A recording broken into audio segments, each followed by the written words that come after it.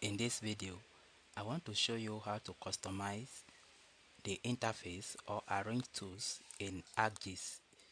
Many people have been asking me why is the interface of my ArcGIS usually different or look different from theirs. It is just a matter of customizing it or arranging your tools. Let's go to ArcGIS interface. If you look here, you can see that I have fewer tools showing on my interface. The arrangement of these tools depends on you, especially depending on the kind of analysis you usually run. The essence of customizing or arranging your tools is just to make your workflow easier. So you arrange your tools depending on your needs. So if your own is just like this, I want to show you how to customize it depending on your need.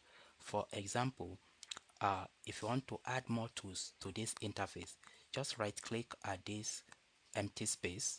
It will bring all the tools here that you can enable or check to bring it up on the interface. For instance, I usually use editor. So instead of coming here to select it all the time, I prefer to pin it to the interface so that I can access it easily. So if you want it, just click on it, editor. You can see that the editor has been added to the interface of my ArcMap. Then any other tools that is of use to you, for example, just right click here, want draw to be added. So I'll just click on draw. You can see that the draw tool has been added to the interface such that if I want to draw, I can easily pick it from here. For example, if I want to use the rectangle tool or polygon or circle or ellipse, I can just pick it from here. So any other tools you want to add, just right click here. For example, I want to add georeferencing. If I click on georeferencing, you can see that the georeferencing tool has been added to the interface. And if you notice, you'll realize that the interface is becoming choked up.